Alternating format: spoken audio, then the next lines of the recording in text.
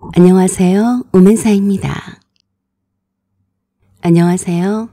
저는 올해 33토의 엄마이자 셋째를 뱃속에 품고 있는 평범한 워킹맘입니다. 대학 졸업 후 바로 직장에 들어가 성실하게 일하다가 지금의 남편을 만나 결혼한 지 7년 차에 접어들었어요. 큰아이는 6살, 둘째는 3살인데 둘 다 너무 예쁘고 건강하게 잘 자라주고 있어요. 요리하는 것도 좋아하고 집안을 꾸미는 일에도 관심이 많고 무엇보다 가족과 함께하는 시간을 가장 소중하게 여기는 사람이에요. 남편은 착하고 가정적인 성격이라 함께 살아오며 큰 다툼 없이 잘 지내왔죠. 물론 시댁 식구들과의 관계도 원만한 편이었어요. 시어머니는 처음엔 조금 까다로운 편이었지만 시간이 지나며 점차 저를 며느리가 아닌 딸처럼 대해주셨고 시아버지는 말수가 적지만 속 깊은 분이에요. 문제는 바로 신우이였죠. 신우이는 저보다 2살 위였고 남편에겐 여동생이었어요. 그런데 제가 나이가 자기보다 어리다는 이유로 따박따박 말을 내리고 형님 행세를 하곤 했습니다.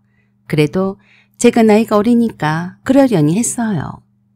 신우이는 나보다 2살 연상인 30대 후반의 여성입니다. 결혼 전엔 언니라고 불렀다가 결혼 후부터는 비록 남편의 여동생이지만 존칭하는 의미에서 형님이라고 불렀습니다. 사실 처음 만났을 때 그녀는 눈에 띄게 매력적이었어요. 늘 세련된 외모에 사람들의 시선을 끌 수밖에 없었죠. 화려한 메이크업, 신경 써서 고른 옷, 그리고 항상 최신 유행을 따르는 스타일은 정말 남다른 인상을 주었어요. 아무리 작은 디테일이라도 놓치지 않는 세심한 면이 있었죠. 아마 외모에 자신감이 넘쳐서 그런지 사람들에게 주는 첫인상은 꽤 강렬하고 자신만만했습니다.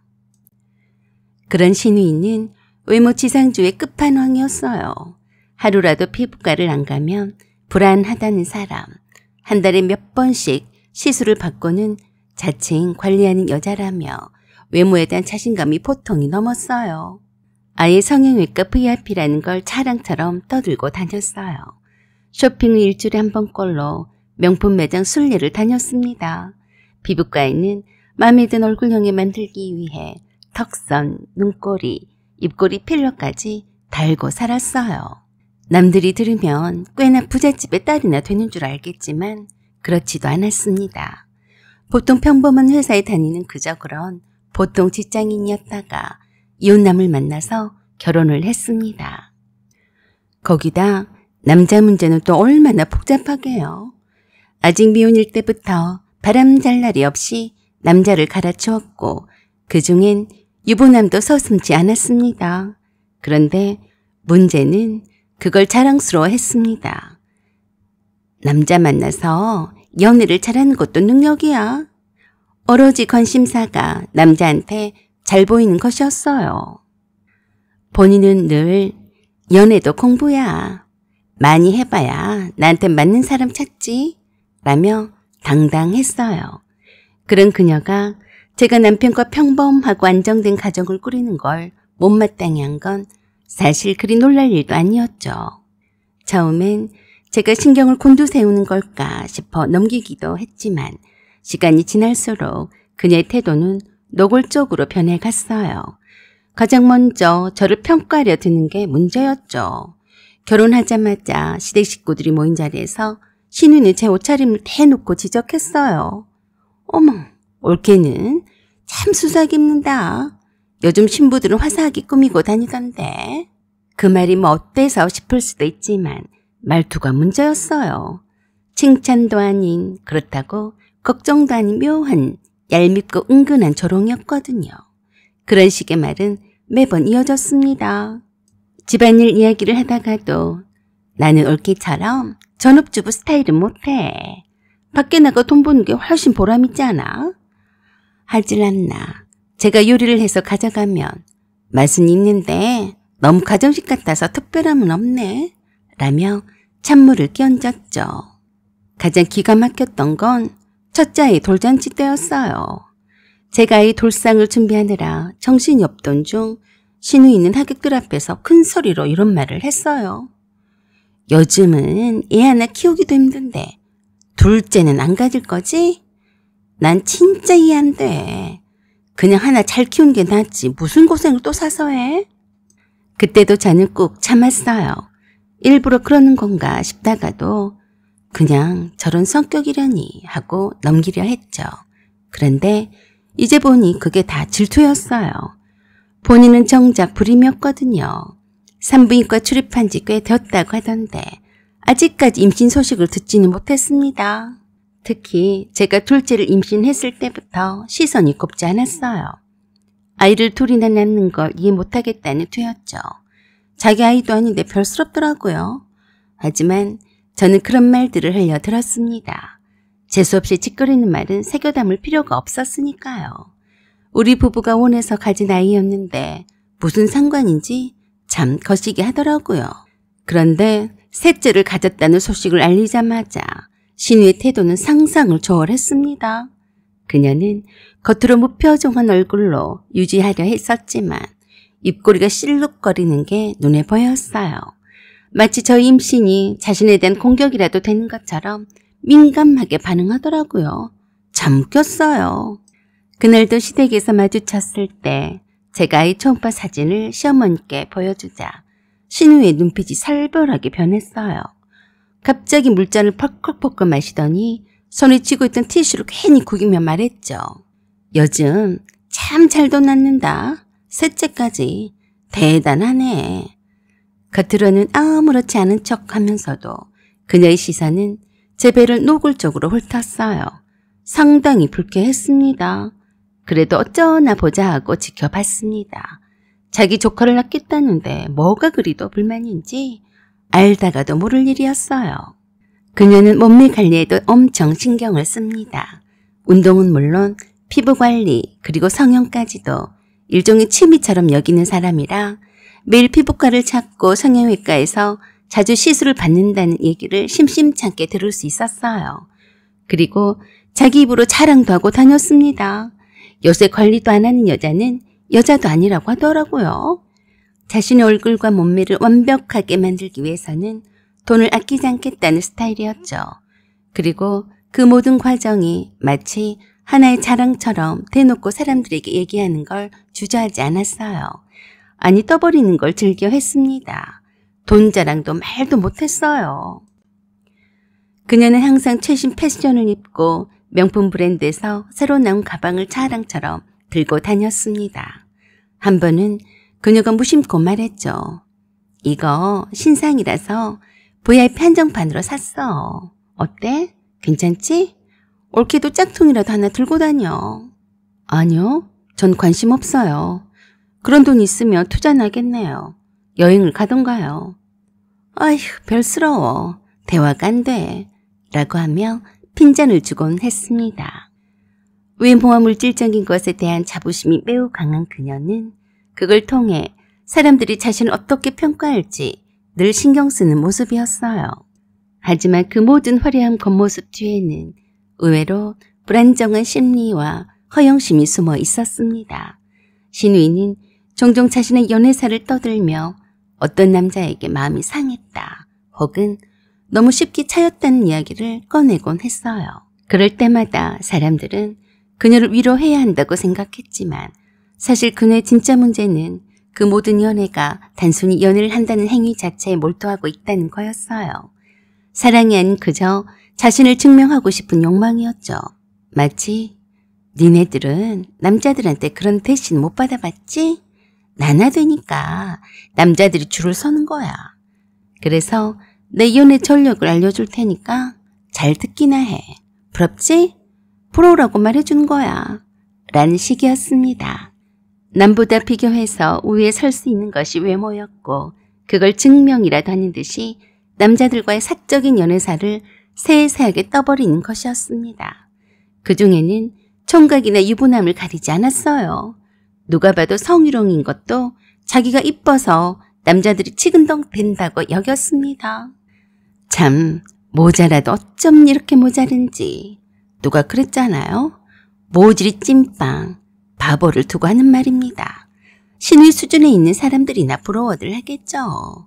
그러니까 자기 주변에 잘난 사람은 두지 않는 겁니다. 모질이 찐빵들만 만나려고 하는 거죠.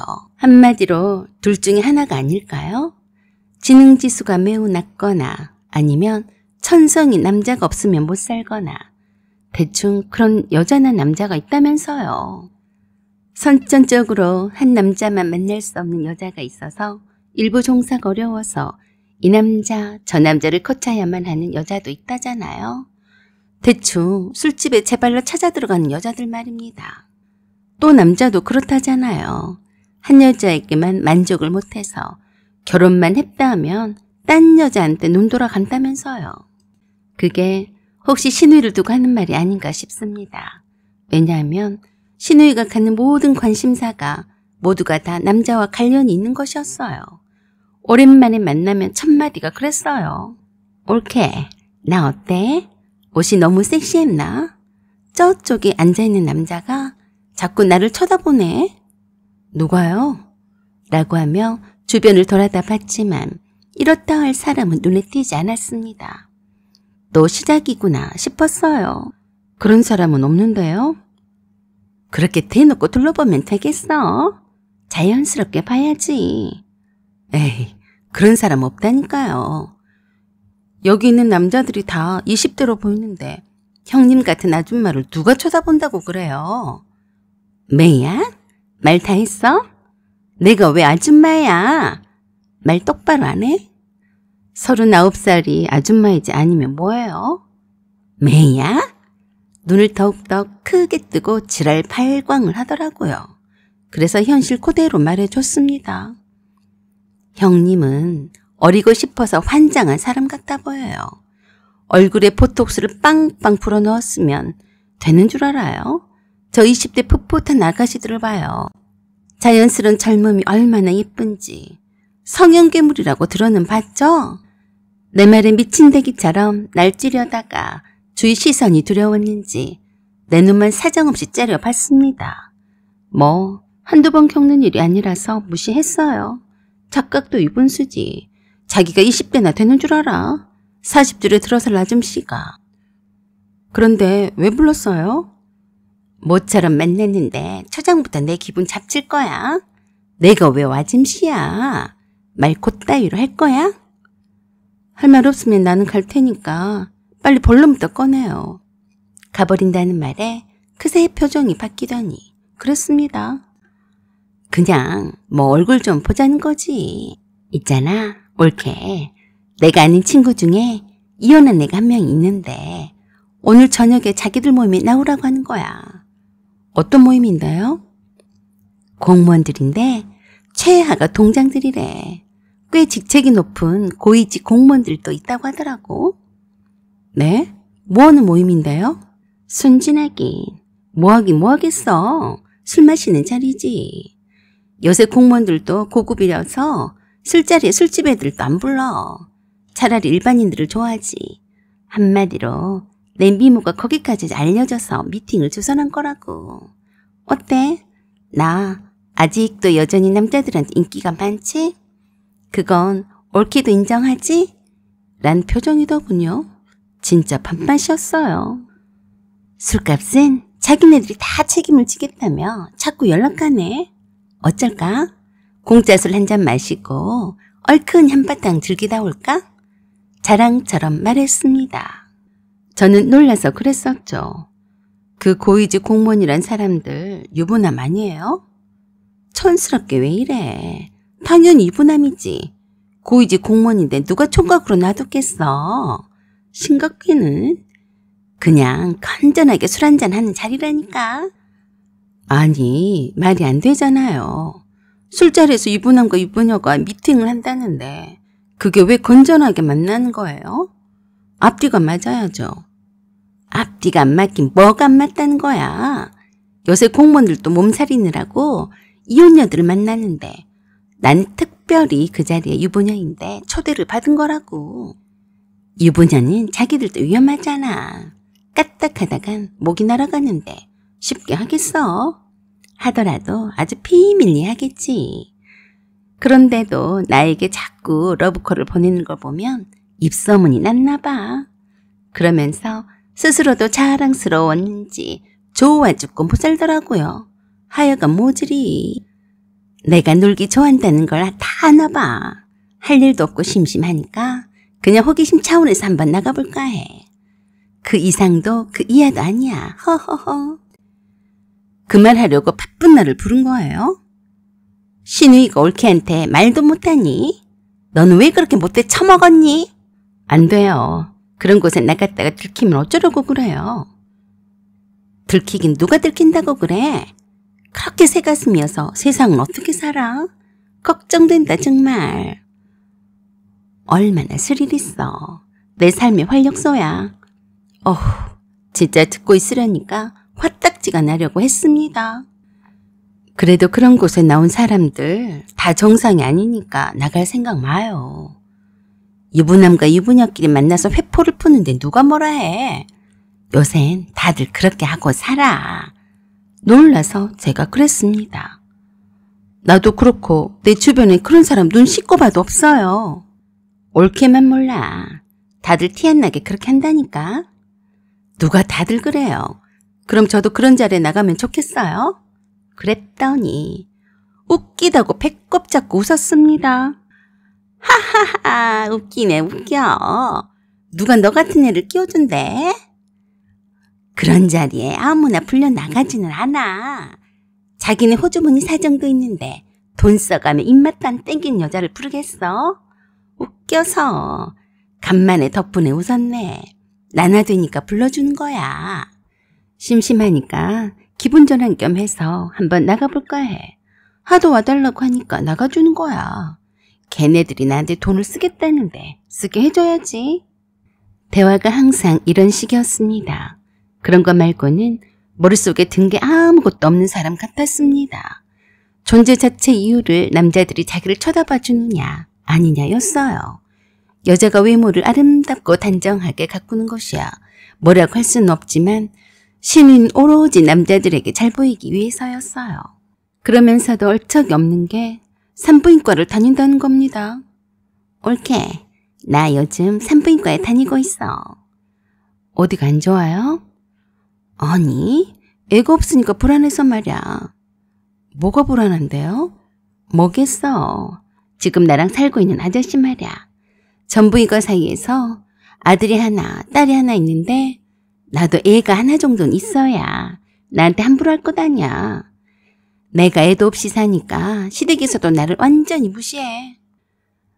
아이고, 애가 없어서가 아니라 멀쩡히 잘 살고 있는 한 가정을 깨뜨렸으니까 그렇지. 말은 바로 해야지. 아이고, 하는 말마다 어찌나 긴땡이가 없는지 듣고 있는 내가 피곤하더라고요. 가정 파탄 낸 장본인이라면서 나를 사람 취급을 안 하더라고. 그래서 보란듯이 애를 낳아서 키워보려고 해. 가정 파탄된 장본인? 그게 자랑이에요? 그리고 애는 낳으면 되잖아요. 뭐가 문제인데요? 그러게 낳으려고 하는데 안 생기네. 옛날에 내가 하도 임신 잘 되니까 피임을 오래 했었거든. 그래서 그런가 안 생겨. 네? 임신 잘 됐었다면 진짜 임신도 한 적이 있었다는 거네요? 응, 그래. 나도 여자니까 임신을 했었지. 뭔 소리인지. 그럼 그 애는 어떻게 되었어요? 어떻게 되긴. 그냥 일을 낳기 싫어서 안 낳았어. 중조수술 했었어. 그런 사실을 아무렇지도 않게 말해서 더 충격이었습니다. 이건 미친 거 아니야? 제비 딱 벌어져서 다물지 못하겠더라고요. 환장하겠네. 이런 여자가 남편의 여동생이라니 정말 실망스러웠습니다. 상종도 하기 싫더라고요. 더욱 웃긴 거는 은근슬쩍 제게 자랑하듯이 말한다는 겁니다. 나사나가 빠진 것 같았습니다. 문제가 심각해도 보통 심각해 보인 게 아니었어요. 그게 자랑거리가 되나요? 행여나 그런 일 있으면 숨겨야 하는 게 정상이 아닌가요? 얼마나 그런 식으로 행실을 하고 다녔으면 다들 그렇게 산다고 여길까요? 끼리끼리 편한 사람들끼리 모인다더니 다 그런 불효들만 뭉쳐 다니는 모양이었습니다. 제가 신우에게 뭐라 해줄 말이 없더라고요. 단지 남편에게 신우이가 한 말과 제 생각을 말해줬더니 그랬습니다. 냅둬. 자기 인생이니까 뭐 어쩌겠냐. 우리 엄마 아빠도 포기한 지 오래됐어. 나이가 얼만데 이래라 저래라 간섭을 하겠어. 당신도 신경 꺼버려. 우리가 어떻게 할 수 있는 게 아니야. 그래도 당신은 친오빠잖아. 동생이 저렇게 엇나갔는데 그냥 보고만 있겠다는 거야? 별 수 없잖아. 내가 몇 번이고 조용히 데려다가 알아듣게 말도 안 해본 건 아니야. 그럴 때마다 그러더라. 오빠 나 잘해. 간섭하지 마. 내가 애야? 남의 가정을 파탄을 냈다고 그렇게 내게 난리를 쳤지만 난 지금 그 남자 덕에 잘 살고 있어. 내 팔자는 내가 알아 살 테니까 오빠는 올케랑 잘 살 궁리나 해. 쥐꼬리만 월급으로 애들이랑 옳게 먹여 살리려면 빠듯할 텐데 왜 그러고 살아? 어이가 없어서 허허 웃으며 남편이 되물었대요. 내가 네가 보기엔 어떻게 살아야 하는데 그러냐? 왜 하필 올케 같은 여자를 만났어? 오빠가 바보야? 네 올케가 어때서 그러냐? 뭐 하나 가진 게 없잖아. 애만 숭숭 낳으면 다야? 오빠가 뼈골 빠지잖아. 애 낳고 애 키운답시고 집에만 있는데 오빠 월급으로 어떻게 살려고 그래? 내가 보니까 주변에 돈 많은 이혼녀들도 많던데 차라리 그런 여자들이 더 실속 있잖아. 이쁘고 돈 많은 여자들이 세고 셌어. 하필 올케야. 착하면 뭐해? 돈이 나와. 뭐가 나와? 너 말 다 했냐? 아니, 아직 다 안 했어. 끝까지 들어. 너 네 올케한테 다 일로 바친다. 뭐? 치사하기 싫이? 그래서 남편이 야물딱지게 나무랐다고 했습니다. 넌 모든 게 돈이지? 그래. 내가 돈 벌 능력이 없으니까 돈 많은 남자만 눈에 들어와. 그게 어때서 그래? 너는 돈 벌 능력이 없어서 그런다지만 나는 돈 벌 능력이 있으니까 걱정 마라. 네가 머리에 든 것이 없으니까 그렇게 속없이 하고 살지. 오빠, 여동생한테 정말 1억이야? 내가 오빠가 아니면 왜 이런 말을 하겠어. 내가 속없다고 자꾸 그러는데 이래봬도 내가 IQ는 오빠보다 더 좋을걸? 함부로 무시하는 발언은 삼가해줘. 나를 봐. 어쨌든 결혼을 잘한 덕에 회사도 그만두고 놀고 먹고 잘 살잖아. 왜 이래? 내가 알아듣게 얘기를 해줘도 알아먹지를 못하니 그냥 네 팔자대로 살든지 알아서 해라. 난 모르겠다. 오빠나 잘해. 그래도 내가 오빠보다 더 잘 살아. 웃기지 마. 진짜 웃긴 짬뽕이 따로 없었어요. 신우는 한마디로 답이 없었어요. 남편 말에 의하면 남자 문제로 경찰서에 드나드는 것이 한두 번이 아니었다고 했습니다. 이제 결혼도 했으니 그럴 일은 없을 거라고 여겼는데 언제 이혼을 당할지도 모르겠고 얼굴 미천도 다 바닥이 난 바람에 참 불안불안하다고 했습니다. 저는 되도록이면 신우이와 상종을 하지 않으려고 애를 썼습니다. 그러나 신우이는 저를 가만두지를 않았어요. 떠버리기를 좋아하는 신우이에게 제가 만만했나 봅니다. 그래서 그런지 자꾸 만나자고 하고 집에 찾아오기도 합니다.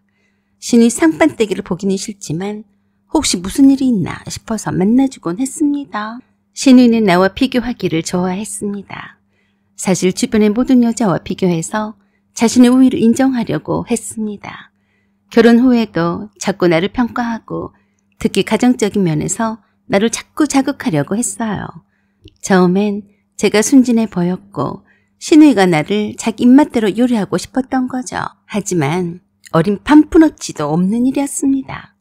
누구 맘대로? 제가 그냥 가만히 당할 줄 알았으면 큰 오산이었어요. 집안일, 요리, 아이 돌보기 같은 일들은 그녀에게는 전혀 관심 없고 대신 외출을 자주 하며 외부 시선에 관심을 쏟았는데요.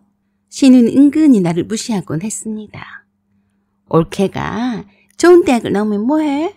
전문대 나온 나보다 못하잖아. 집에서 청소하고 빨래하고 밥하고 애들 키우고 그런 거 누구나 다 해. 대학을 나와 봤자라니까. 그래서 어쨌다고 모질이 찐빵이었습니다. 여자는 남자만 잘 만나면 되는 거야. 나처럼 말이야. 이렇게 말하면 신우가 뭐 대단한 남자를 물어서 결혼을 했나 싶을 겁니다.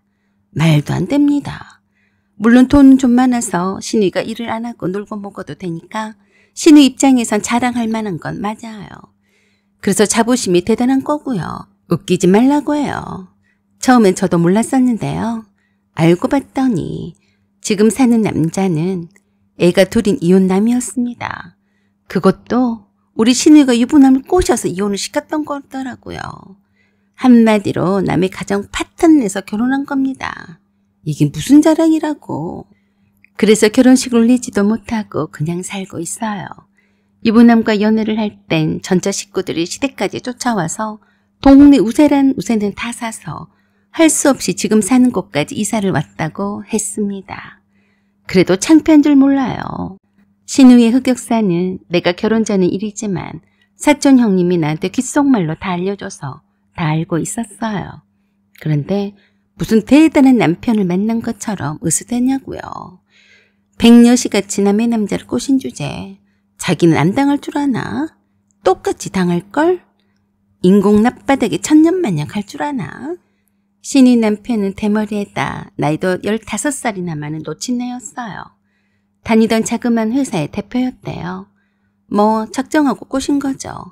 일부러 본처한테 여봐라, 나 네 남편이랑 바람핀다. 얼른 이혼해라 하는 식으로 대놓고 바람을 피웠다고 하더라고요. 보통이 아니었어요. 그 사촌 형님이 제게 그랬습니다. 저거 미자 저거 선수요 선수. 유부남 킬러. 지금 사는 남자도 2번째요.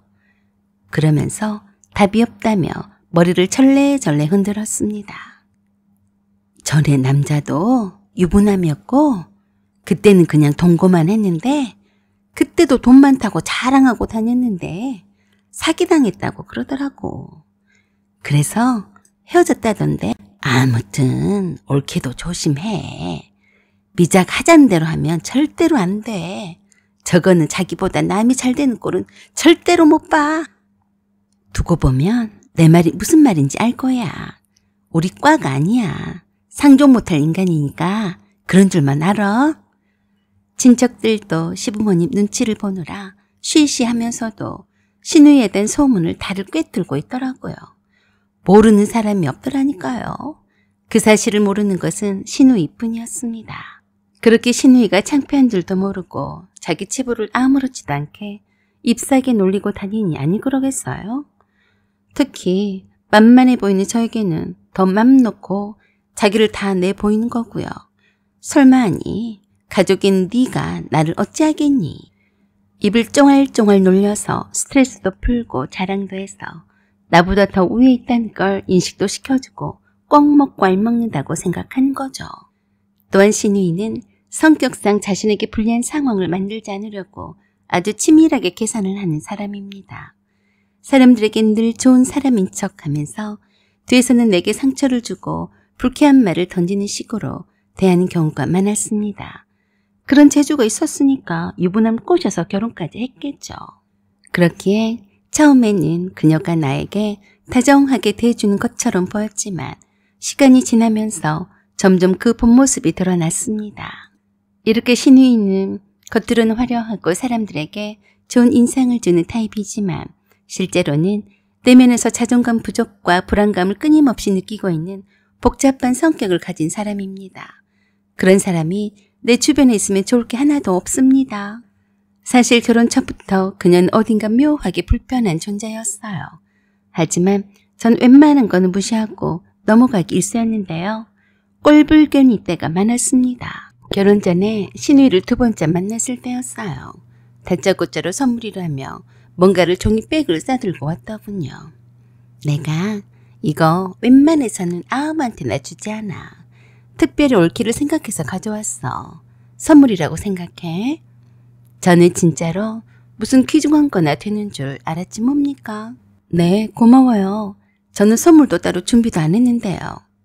그래? 고마우면 올케가 여기 밥 사. 그러면 되겠네. 아, 네. 제가 밥 사드릴게요. 그런데 지금 열어봐도 돼요? 응, 열어봐. 그런데 이상하게 종이백 안에 있던 포장용 조그만 또 다른 종이 포장 박스가 상당히 손때가 묻어 있었어요. 의외였어요. 선물이라고 하길래 정성스럽게 포장이 된 꾸러미를 기대를 했는데 말입니다. 내가 그걸 들어보이고 물었습니다. 이게 맞아요? 응, 내가 작년에 30만 원이나 주고 산 스카프야. 그거 명품이야. 올케는 이제 보니까 명품 하나도 안 걸치던데. 써봐, 좋은 거야. 특별히 아끼는 건데 주는 거야. 뭐? 이걸 선물이라고 주는 거야? 상당히 실망스럽더라고요. 사실 스카프는 전혀 하지 않는 편이거든요. 누가 촌스럽게 스카프를 하고 다녀. 신우이는 자기가 끼는 물건이라며 자꾸 강조를 하는데 아마도 쓰다가 질려서 처치곤란해서 주는 것 같았습니다. 단번에 알겠더라고요. 참 똑똑하다고 생각했습니다. 나는 그것도 모르고 진짜로 선물을 주는 줄 알았지 뭐예요. 이거 왜 이래? 나를 뭘로 보고? 내가 어색한 표정을 짓자 그러더라고요. 열어서 한번 걸쳐봐. 올케한테 잘 어울릴 것 같은데 한번 해봐. 내가 그거 하고 다닐 때 사람들이 다 알아봤어. 고급스럽다고 했어. 그런데 난 작년가을에 여행 갔다가 새로 하나 샀거든. 지금 입는 옷과는 안 어울려서 말이야. 새 것도 아니고 자기가 쓰다만 것을 선물로 가져와? 웃기고 자빠졌네. 라고 속으로 욕을 한 바가지 해댔습니다. 쓰시던 거였어요? 응, 왜 싫어? 올케가 명품을 안 써봐서 몰라서 그런가 본데 원래 명품은 오래된 것일수록 가치가 더 있는 법이야. 웃기고 자빠졌네. 별 거지 같은 소리를 하고 자빠졌더라고요. 그래도 진짜로 성의로 그럴 수도 있었으니 그냥 참았습니다. 그럼 어머니들이 이제 왜 저를 주시는 거예요? 왜? 마음에 안 들어? 그거 내가 사고 나서 몇 번 안 돌렸어. 새 거나 다름이 없는데. 내가 올케나 되니까 특별히 주는 거야. 참 어이가 없었어요. 그래도 기분이 별로였지만 처음이라서 내색 않고 그냥 받기로 했습니다. 그렇지만 저렇게 자기가 아끼던 거라며 생색은 다 내고 말하는데 거기다 대고 싫다는 표정을 못하겠더라고요. 진심일 수도 있으니까. 두 번째 만남이고 정말로 나를 생각해서 주고 싶어서 그런 걸 수도 있겠다 싶기도 했으니까요. 그리고 전혀 아니올시다 라는 물건은 아니었습니다. 그래서 마음에도 없는 응대형 말을 했었죠. 네, 제가 스카프는 자주 하는 편이 아니긴 하지만 주신 거니까 한번 해볼까요? 저렇게 생색을 내는데 초면에 안 받으면 안 될 것 같더라고요. 그래서 예상 받았었죠. 밥값도 제가 내고요. 그때부터 신우이가 좀 예의가 없고 참 독특하다고 생각했습니다.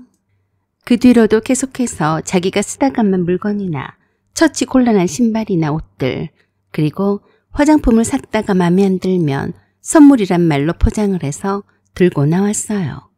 단 한 번도 선물다운 선물을 들고 나온 적이 없더라고요. 별것도 아니면서 오지게 생색을 냈고요. 자기가 마음에 안 들면 난들 마음에 들겠어요? 그중에는 솔직히 쓸만한 물건도 있고 마음에 들지 않은 물건도 있었어요. 공짜로 준다고 하니까 받긴 했는데 생색을 오지게 하는 것이 좀 밉상이었습니다. 얼마나 말빨이 좋던지 이거 얼마 주고 산 건데 아까워서 남은 못 주고 나를 준다면서 잘 쓰라고 신신당부까지 했습니다. 다른 사람들에게는 자칭 자기 자신이 잘 퍼주는 사람처럼 말하고 다녔고 인심이 좋고 물건도 잘 나눌 줄 아는 사람으로 칭하더라고요. 자뻑이 심했습니다. 다른 사람의 입장을 고려도 않고 배려도 못하니 나 말고도 얼마나 사람들에게 우습게 보였을까요? 하여간 웃긴 짬뽕 같은 사람이었습니다. 그래도 옷 같은 거나 화장품 같은 거는 거의 새 것으로 주기도 했기에 거절하지 않고 받기도 했어요.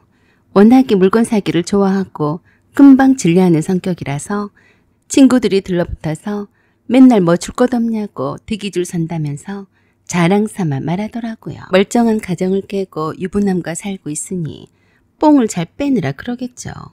남의 물건을 새로 사서 선물을 하느니 자기가 사고 싶은 물건을 사서 남에게 적선하듯이 물건을 하사하면 고맙게 받아란 태도였습니다.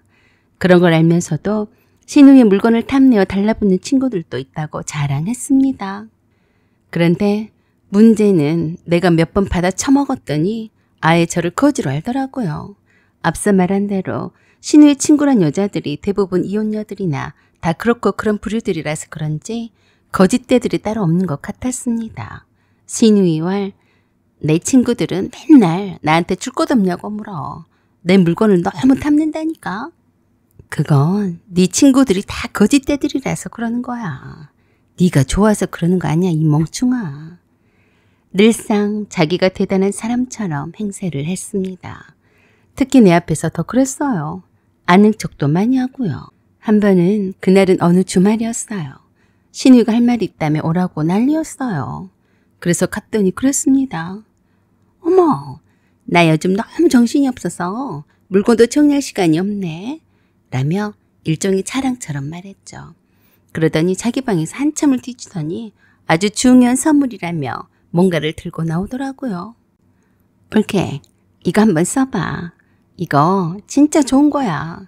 신우이는 고급스러운 박스를 들고 나와서 무심한 듯 말했어요.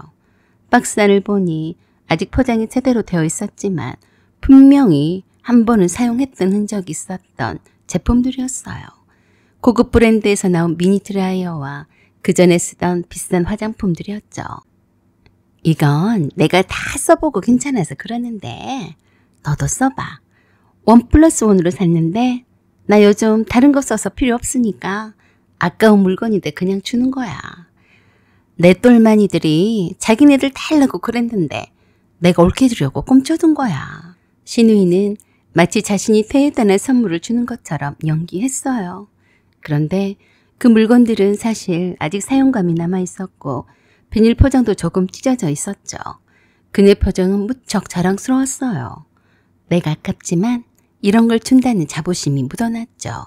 저는 얼른 그 선물을 받아들고는 마음에도 없는 감사 인사를 전했어요.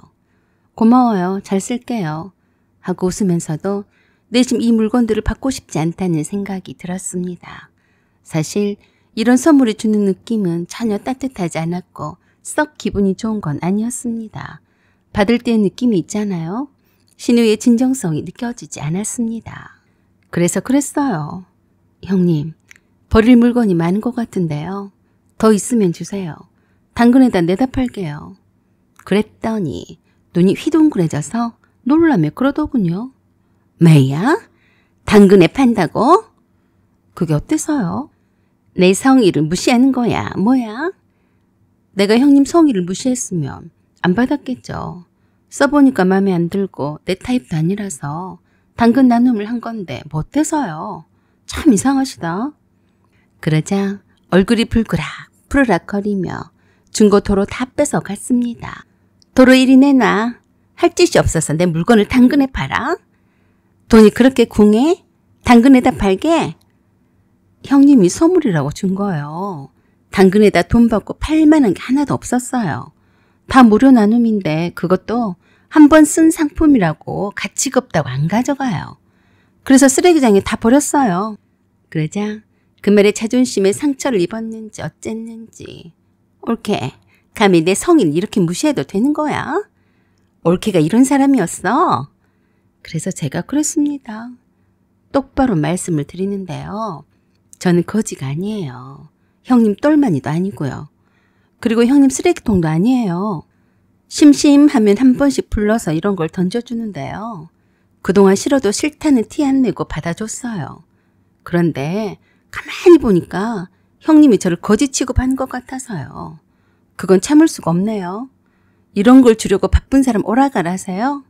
형님은 무자식의 상팔자이지만 난 애가 둘씩이나 있는 사람이라 바빠요. 다음엔 불러도 오지 않을 테니까 부르지 말아요. 알았어요?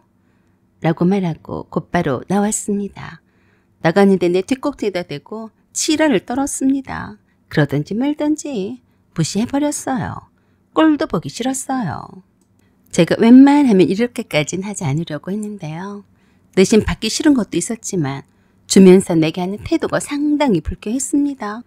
신우는 자기 물건을 주면서 아주 뻔뻔하게 내가 많이 쓰고 남은 거니까 너무 아끼지 말고 써. 나도 잘 썼는데 그만큼 네가 쓰기엔 충분히 좋은 물건이야. 라고 덧붙였어요. 그녀는 자신이 준 선물이 그만큼 가치 있다고 믿었고 마치 제가 그것을 받는 것이 특혜를 받는 것처럼 말하는 거였어요.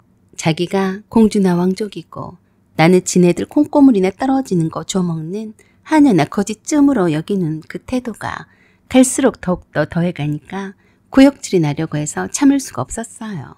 전에도 신우이가 준 것을 집에 가져와서 보니 그 화장품은 사용기한이 거의 다 되어가고 있었고 드라이어도 예전과 같은 성능을 내지 못할 정도로 사용감이 남아 있었어요. 그 물건을 선물 받았다는 사실보다 그녀가 그런 물건을 특별히 하사하는 듯한 그 오만한 태도가 더 마음에 들지 않았습니다. 별 거지 같은 것을 주면서 잘 쓰라고 주는 신우의 마음 씀씀이가 상당히 못됐다는 생각이 들었고 누군가는 거기에 브레이크를 걸어줘야 한다고 생각했습니다. 그 이후에도 신우이는 변함없이 가끔씩 그런 방식으로 쓸데없어서 그냥 버리기 아깝다는 명목하에 자신이 쓰다 본 물건들을 변함없이 주곤 했어요. 그러고선 꼭 말하곤 했죠. 내가 이렇게 너한테 주는 게 진짜 큰 선심을 쓰는 거야. 다른 사람한테는 절대 안 주는 거야. 내가 안 받으니까 이번엔 시어머니를 통해서 한 보따리씩을 보내더라고요. 남이 보면 신우이가 올케 언니를 엄청 챙기는 줄 알겠더이다. 싫다는데 굳이 그렇게 보내는 이유가 뭘까요? 나 연맥이려고 그런 건가요? 사실 그 물건들은 그녀가 더 이상 필요 없어서 어쩔 수 없이 넘겨주는 것들이었는데 그녀는 항상 자기한테 대단한 선물을 주는 것처럼 여전히 그랬습니다. 마치 신우이 그녀 자신이 내가 너무 대단해서 너는 나의 선물을 받아야 한다는 식으로 말하는 것 같았습니다. 내가 싫어하는 걸 알면서도 여전히 내게 이런 식으로 행동한다는 것은 상당히 나를 우롱한다는 것으로밖에 볼 수 없었어요. 시어머니가 한 보따리 들고 온 신우이의 물건을 죄다 다시 돌려보냈습니다. 어머니, 이거 다 필요가 없는 것들이에요. 어머니가 쓰시던지 형님한테 돌려주던지 알아서 하세요. 그리고 다시는 형님한테서 물건을 받아오지는 마세요. 아셨죠? 그래도 이게 다 새 것이나 마찬가지요. 미자가 싼 것은 안 쓴다. 버리긴 아깝고 그래서 너한테 주는 건데 그러냐. 그럼 어머니가 쓰세요. 이런 것들을 내가 어떻게 쓰냐. 그러지 말고 애써서 준 거니까 네가 써라. 그럼 두고 가세요. 제가 다시 퀵으로 보낼게요. 당근에 내다 팔기도 귀찮네요. 그 후로는 시어머니가 다시는 신우이 심부름을 하지는 않았습니다. 그런지 얼마 후에 신우이 생일이 다가와서 시댁으로 모이자고 시어머니가 그러셨어요. 그날은 제가 신우이에게 생일 선물을 준비한 날이었어요. 작은 신발 한 켤레를 골랐어요. 제 신발장에서요. 저도 똑같이 할 생각이었습니다. 여름이라 적당한 플랫 슈즈 하나, 단정하고 세련된 디자인이라 그녀가 좋아할 것 같았습니다. 제가 여태 산 신발 중에서 가장 비싸고 고급스러웠어요. 딱 3번 신었습니다. 그런데 너무 색상이 튀고 화려해서 자주 신을 것 같지 않더라고요. 두 아이들의 엄마라서 별로 유용하지 않아서요. 딱 신우이한테 어울릴 것 같아서 좋아할 것 같았습니다. 당연히 제가 고른 거라 아마도 너무 평범하지 않을까? 걱정도 했지만 신우이가 좋아할 거라는 생각에 기쁜 마음으로 선물을 준비했습니다. 포장 박스도 새로 사서 샌드를 넣어두었기에 겉보기엔 영락없이 새 제품인 줄 알도록 나름 정성을 쏟아부었습니다. 그날 저녁 모임에서 신우이는 내가 준비한 선물을 받자마자 좋아 죽더라고요. 어머, 올케, 신발이라고 했지? 어디 메이커야? 어디서 샀어? 하지만 그건 잠시 선물을 꺼내보더니 순간 눈빛이 확 변했습니다. 약간의 당황스러움과 불만이 섞인 얼굴을 하더니 내게 이렇게 말했어요. 이게 뭐야? 이게 내 선물 맞아?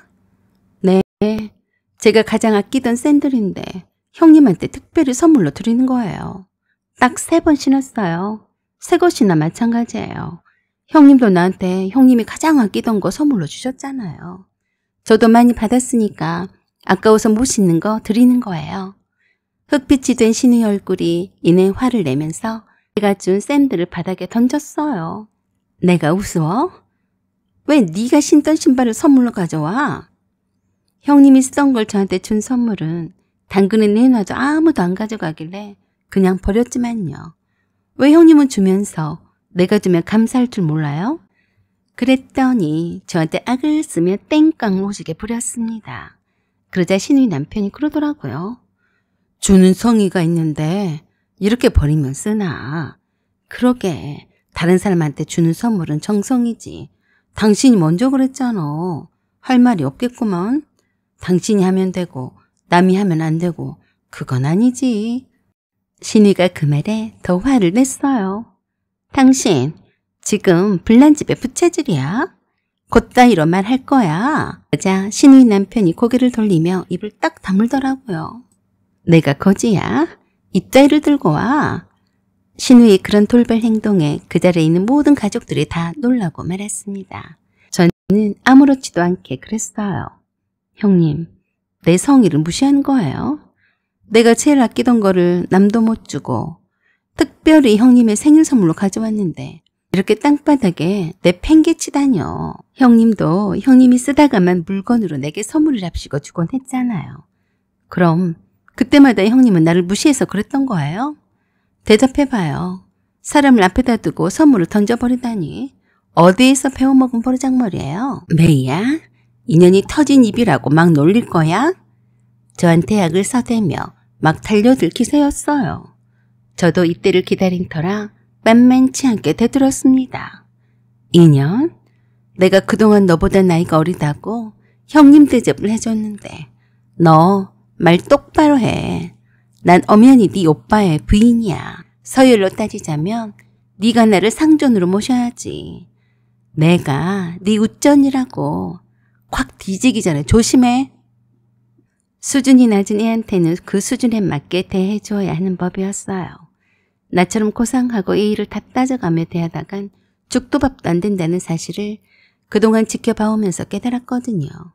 갑자기 돌변한 내 태도에 거기는 모든 식구들이 경악을 금치 못했습니다. 신우의 물상식간 행동보다 쟁동이 더 쇼킹했나 보더라고요. 남편이 저를 말렸습니다.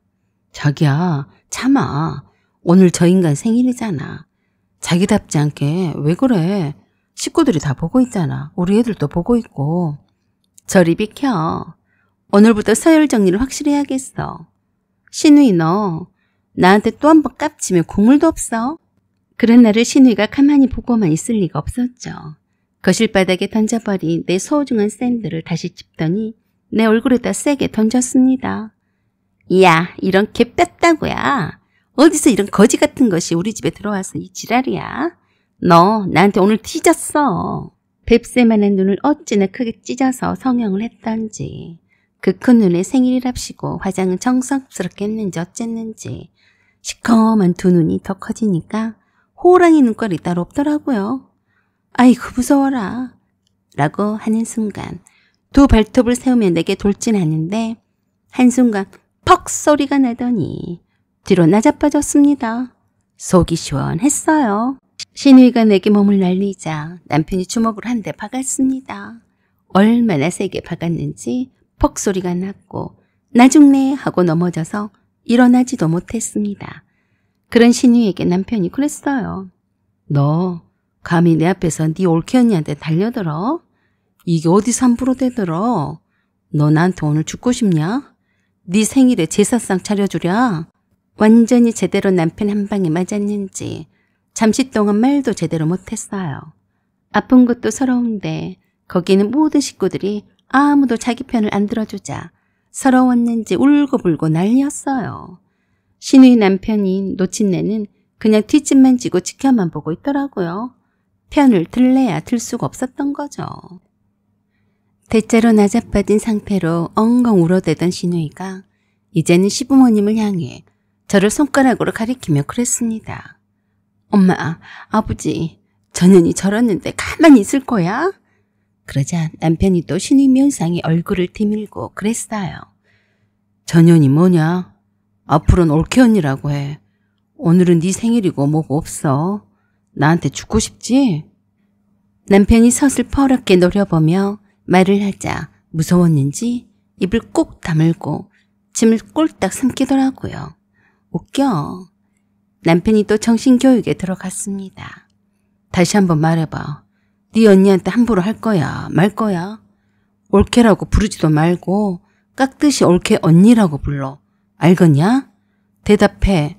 대답 안 해? 그랬더니 남편이 무섭긴 했는지 찌꺼리만한 목소리로 그랬습니다. 알았어. 올케 언니라고 하면 되잖아. 그래도 내가 더 나이가 많은데. 그리고 남편이 한 번 더 다그쳤습니다.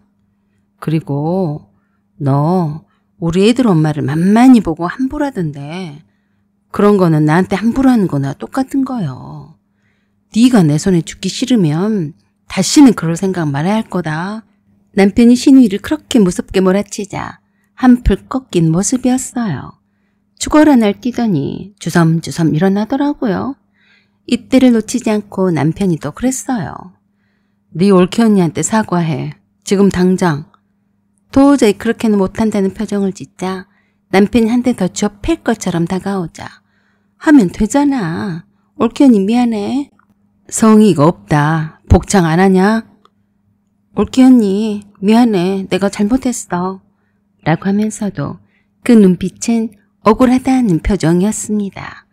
그래서 제가 그랬어요. 앞으로는 내게 올케 언니라고 부르고 나한테 함부로 반말도 하지 말아요. 알았어요? 대답해봐요. 알았어. 알았어? 알았어요. 남편이 신우이 남편에게 말했습니다. 매부, 미자를 데리고 가주세요. 앞으로도 오늘처럼 위아래도 몰라보면 매부 앞이라도 가만히 안 있을 거니까 이해해주세요. 그랬더니 빛나리 신우이 남편이 머쓱한 듯이 신우이를 일으켜 세워서 데리고 나갔습니다. 시부모님도 저에게 무식하게 달려들려고 했던 그 악바리 신우이에게 투덜거리며 한마디씩 하셨어요. 저거 언제나 속을 차릴까. 자기는 자기가 쓰던 물건으로 맨날 선물로 주면서 왜 올케 언니가 준 거는 못 받겠다는 거요? 소가지가 하나도 없네. 그렇게 해서 그날 신우이 생일 파티는 완전히 파토가 나버렸습니다. 자칭 공주과나 여왕과라서 무슨 대단한 왕족 대접을 받고자 했을 텐데요. 어린 판푼어치도 없었죠. 그렇게 해서 그날 신우이 생일 파티는 일찌감치 쫑이 나버렸고 신우이에게 아주 임팩트 있고 강렬하게 내 의사를 전달을 했으니 다신 옷 정리나 신발 정리를 하고 난 뒤 쓰레기들을 제게 보내진 않을 거라고 믿었습니다. 쌤통이었어요. 시댁을 나와서 남편에게 제가 그랬어요. 잘했어. 그래야 내 애들 아빠지. 그 후 얼마간의 시간 동안은 신우이 상판떼기는 볼 수 없었어요. 그리고 우리 가족에게 좋은 소식이 찾아왔습니다. 그날은 여느 때와 다름없는 봄날이었어요. 따스한 햇살이 베란다 창으로 스며들고 둘째 아이는 거실에서 장난감을 가지고 놀고 있었죠. 아침 입덧으로 겨우 토스트 한 조각을 삼킨 뒤 저는 남편과 함께 병원에서 셋째 아이의 초음파를 보고 온 참이었어요. 심장이 콩닥콩닥 뛰는 그 작은 생명을 보고 얼마나 감격했는지 몰라요. 당신 닮았나 봐. 그거 어떡해. 하며 남편과 웃던 그때까지만 해도 이 행복이 누군가에게 밉보일 줄은 몰랐죠. 다시 보고 싶지 않은 신우의 상판떼기. 그러나 그렇게 빨리 보게 될 줄은 몰랐습니다. 저희에게 셋째가 생겼거든요. 저와 남편이 셋째의 임신 소식을 알리기 위해 시댁을 방문했더니 거기에 금비상이 있더라고요. 무시해버리고 바로 시어머니께 남편이 기쁘게 이실직고 했습니다. 엄마, 우리 셋째 가졌어요. 그 말에 시어머니가 환하게 반기셨습니다. 진짜냐? 어메, 이번에는 딸이었으면 좋겠다. 경사다, 경사야. 잘했다. 엄마, 지금 칠주라서 조심해야 해요. 엄마가 우리 애들 좀 자주 돌봐주세요. 그러고 말고 임신 초기니까 피곤하지 않게 조심해야 한다. 알았냐? 그날도 시댁에서 마주쳤을 때 제가 아이 초음파 사진을 시어머니께 보여주자 신우의 눈빛이 살벌하게 변했어요. 갑자기 물잔을 벌컥벌컥 마시더니 손에 쥐고 있던 티슈를 괜히 꾸기면서 그러더라고요. 요즘 참 잘도 낳는다. 셋째까지. 대단하네. 라며 비아냥거렸습니다. 그러자 시어머니가 그러셨어요. 못 낳는 것보단 낫다. 그 말에 분통이 터졌는지 시어머니한테 지랄을 떨었습니다. 배려는 눈꼽만큼도 없네. 나 지금 뭐 때문에 병원 다닌 줄 알면서도 이렇게 셋째까지 자랑하는 거야? 이 정도면 나랑 한번 해보겠다 이거야. 예의가 없어. 네가 애가 없으니까 오히려 축하를 해줘야지. 왜 네 눈치를 봐? 엄마, 그게 지금 나한테 할 소리야? 딸한테 할 소리냐고? 너는 오빠네가 셋째 가는 게 불만이냐? 어째 말하니 꼬락서니까 그 모양이냐? 저번 때처럼 네 오빠한테 혼나고 싶어? 이게 약발이 다 떨어졌나? 오늘 또 뒤지게 혼나야 정신을 차릴 거야. 뭐예요? 엄마는 내 친엄마가 맞아? 보통은 다 딸 편인데 엄마는 왜 그래? 편을 들어줄 게 따로 있지. 네가 지금 오빠네가 셋째를 가는 게 불만인 거 아니냐? 네가 그런 심보를 갖고 있으니까 애가 안 들어서는 거야. 지는 애를 못 가져서 한다리면서 어째서 오빠네가 셋째를 가졌는데 심통이야? 구구절절 시어머니가 옳은 말씀을 하셨기 때문에 남편과 저는 가만히 듣기만 했습니다. 그랬더니 한술 더 뜨더라고요. 나는 요즘 병원 다니느라 얼마나 힘든 줄 알아? 다들 나한테 너무한 거 아니야? 임신이 쉬웠으면 내가 왜 병원에 들락거리겠어? 그런 날을 두고 뭐 하자는 거야? 올케니 둘이나 있으면서 셋이나 낳겠다니. 세상이 참 불공평하지 않아? 적어도 내가 없는 자리에서 말해야지. 안 그래? 저도 더 이상 참지 않기로 했어요. 신우이 앞에서 조용 입만 닫고 있는 게 배려는 아니라는 걸 이제는 분명히 보여줘야 할 때였죠. 그날 저녁 신우이가 또다시 제 임신 얘기에 시비를 걸며 혀를 끌끌 차는 걸 보자마자 제가 그랬습니다. 아가씨가 애를 못 낳는 게 내 잘못은 아니잖아요. 왜 불평불만을 엉뚱한 데다 가는 거죠? 내가 내 아이를 임신한 게 그렇게나 배 아파요? 뭐? 계속해서 아가씨, 아가씨라고 할 거야? 그리고 누가 옳게 보고 뭐라 했어? 단지 나를 좀 배려해서 적어도 내 앞에서 자랑질을 하지 말아야 할 것 아니야. 미쳤어요? 내가 왜 아가씨 앞에서 뚫린 입으로 말도 못하고 살아야 해요? 듣기 싫으면 아가씨가 귀 막고 살면 되는 것을 왜 이래라 저래라야? 그러자 팔딱팔딱 뛰면서 그러더라고요. 너 계속 아가씨라고 하면서 날 우습게 할 거야? 마음대로 생각해요. 아무튼 웃겼어요. 신이가 언제부터 애를 갖고 싶었다고 저러는지. 애를 갖겠다고 한 여자가 외간 남정네들 술자리에 쫓아다닐 궁리를 해? 웃기고 자빠졌네. 앞뒤가 맞는 소리를 해야지. 자신 아픔 이해받고 위로받아야 한다고 생각하면서 다른 사람의 기쁨은 견디지 못하는 모습이 안쓰럽다 못해 역겹게 느껴졌습니다. 사실 신우이가 결혼한 지 벌써 8년이 지났지만 임신 소식은커녕 병원을 전전하고 있다는 걸 알고 있었어요. 그런데 그 원인도 대충은 다들 알고 있었죠. 어릴 때부터 워낙 연애가 잦았고 자주 바뀌는 남자 친구들과의 관계가 분명 영향이 있을 거라는 건 대충 짐작이 갈만했습니다. 그래서 시어머니도 내심 포기하고 있었어요. 신우가 뻘짓을 하고 다닌다고 생각을 하셨습니다. 그렇게 어린 나이에 시부모님의 말도 안 듣고 이 남자 저 남자를 만나고 다녔으니 임신을 한두 번 한 걸 보셨겠어요.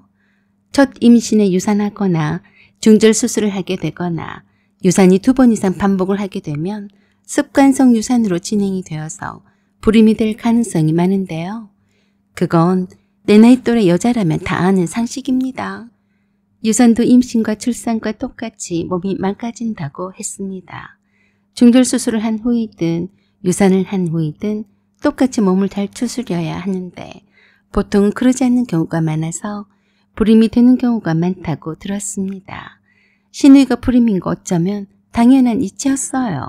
신우이가 특별히 아이를 갖고 싶어서 그런 게 아니라 시댁과 자기 남편과의 관계를 더 공고히 하고 싶어서 그런 건데 삼신 할머니가 그런 신우이한테 쉽사리 아이를 허락하시겠어요? 하는 집마다 꼴불견이었습니다. 그래도 시어머니가 나서서 한마디 해주시니까 그냥 그날은 잘 참고 넘어가려고 했습니다. 저는 신우이 생일날에 나한테 달려들다가 남편 주먹을 한 방 맞은 것도 있고 해서 그냥 넘어가려고 했어요. 그런데 요것이 약이 오를 대로 올랐는지 막 기어오르더라고요. 그래도 내가 그냥 신우의 면상을 보고 싶지 않아서 시어머니를 데리고 남편과 함께 안방으로 들어갔습니다. 신우이가 없는 데서 내 뱃속에 있는 우리 셋째 아이의 사진을 시어머니께 보여드리기 위해서였죠. 그런데 안방에 들어오자마자 신우이가 방문을 확 열어 제끼더니 내게 그랬습니다. 옳게 당장 나와봐. 내가 할 얘기가 있어. 그 말에 남편이 또 한마디 했습니다. 너 또 시작이냐? 내가 올케 언니라고 부르라고 했냐 안 했냐? 어째서 말하는 뻔새가 그 모양이야? 올케가 뭐야 올케가? 네 윗사람이야. 알았어? 그래도 남편 말을 무시하고 그랬어요. 오빠가 무슨 상관이야? 그래서 내가 얼른 일어나서 신우이를 안방에서 데리고 나왔습니다. 아가씨가 할 말이라는 게 뭐예요? 너 아까부터 나를 내리깔고 자꾸 아가씨 아가씨라고 부르는데 정말 그럴 거야? 형님이라고 안 불러. 그건 이합 전에 다 호칭 정리를 하기로 한 거잖아요. 아가씨 오빠한테 가서 말해요. 뭐야? 정말 이럴 거야? 나랑 싸울 참이면 나는 노땡큐이니까 내 눈앞에서 사라져요. 내 뱃속에 셋째 아이한테 부정타니까요. 그러자 불그락 푸르락 거리며 약이 올라서 어쩔 줄 몰라 하길래 돌아서서 안방으로 가려고 했더니 뒷꼭지에다 대고 그러는 겁니다. 너 셋째 낳을 거야? 이게 또 뭔 소리야? 내가 안방으로 가려다가 놀라서 뒤돌아서서 물었습니다. 안 닿으면 어쩌라는 건데요? 어쩌긴 어째. 너도 알면서 그래. 내가 뭘 안다고 그래요? 정확히 말해봐요. 내가 애를 안 낳는다고 하면 내 뱃속에 있는 애는 어떡하라고 그런 말을 하죠? 애가 둘씩이나 있는데 셋이나 낳는 건 너무한 거 아니냐? 나를 완전히 열받게 했습니다. 셋째가 그 소리를 들을까 봐 걱정이 되었어요. 네가 무슨 상관인데 그 말 하려고 불렀어? 내가 무슨 상관이냐고? 우리 오빠가 나락가게 생겼는데 내가 상관한 게 생겼어? 나락? 왜 나락가는데?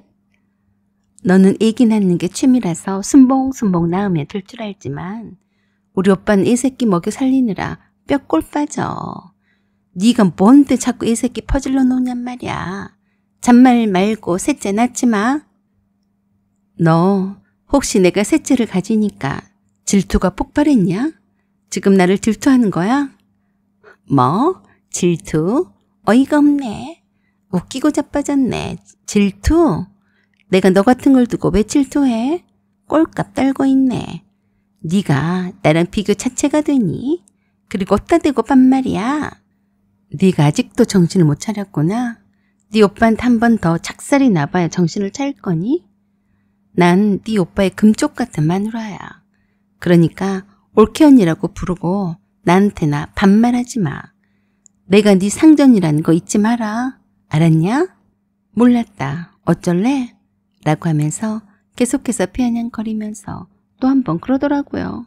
너나 우리 오빠 고생시킬 생각이랑 마셔. 애가 둘이면 되지 셋이 뭐냐? 셋째는 낳지 마라. 알았어? 또 한 번 그러길래 이 정도면 선을 넘어도 한참 넘었다고 생각했습니다.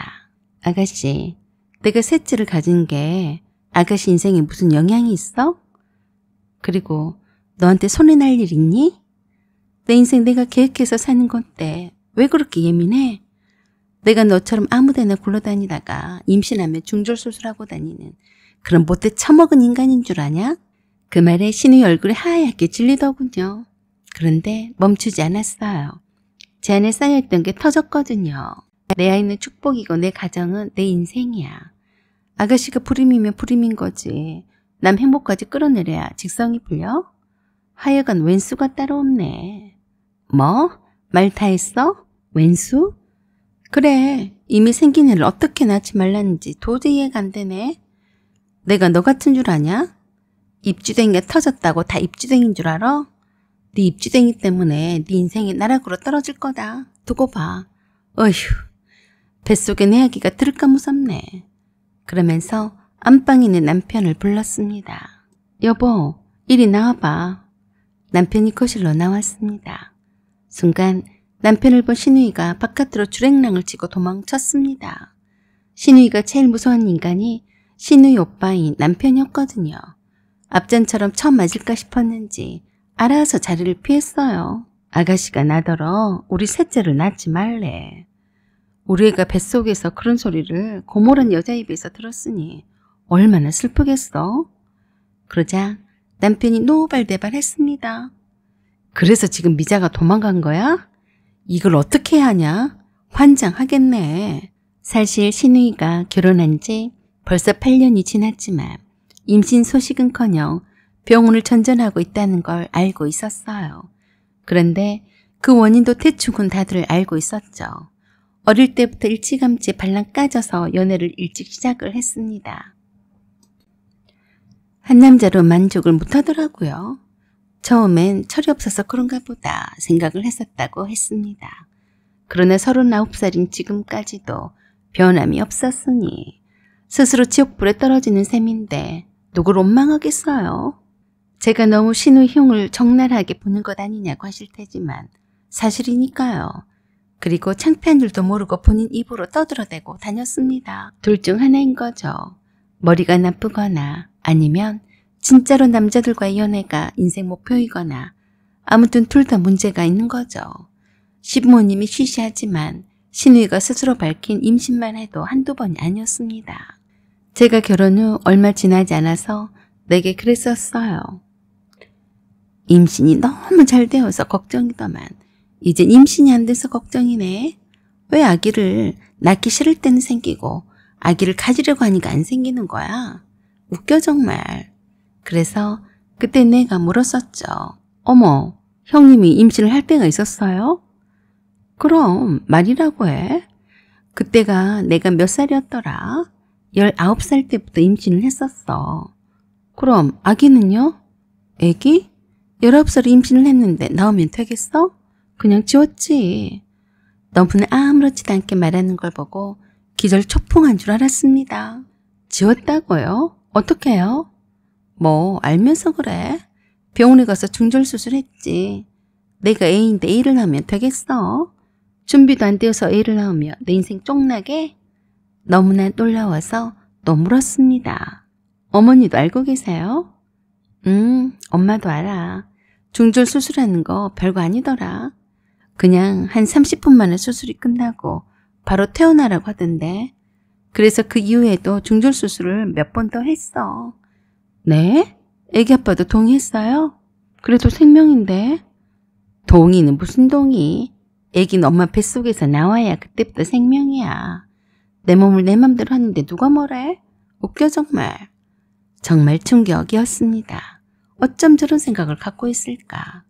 그동안 얼마나 수많은 생명을 아무렇지도 않게 하늘나라로 보냈을까? 정말 인간은 너무 악한 존재라고 생각을 했고 구역질이 나서 속이 울렁거리기까지 했습니다.